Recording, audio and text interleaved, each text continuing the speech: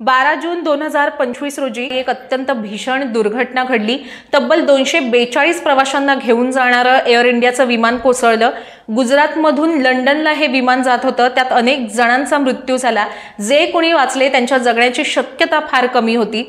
Air इंडियाचं लंडनला जाणारं हे विमान उड्डाणानंतर अवघ्या 10व्या मिनिटात कसं कोसळलं याचं कारण ब्लॅक बॉक्स सापडल्यानंतरच कळू शकेल असं म्हटलं गेलं। ब्लॅक बॉक्स म्हणजे नेमकं काय आहे हेच मी आज तुम्हाला सांगणार आहे।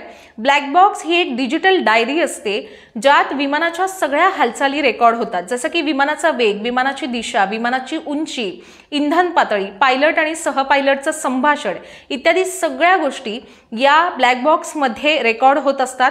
त्यामुळे अपघात कितीही मोठा असला तरी ब्लॅक बॉक्समध्ये त्याचा उलगडा होतो, त्याचं कारण कळतं आणि सहसा विमान अपघातात ब्लॅक बॉक्सला काही होत नाही, कारण तो टायटॅनियम पासून बनवलेला असतो आणि तो आणखी सुरक्षित राहावा यासाठी एका मजबूत मोठ्या बॉक्समध्ये ठेवला जातो।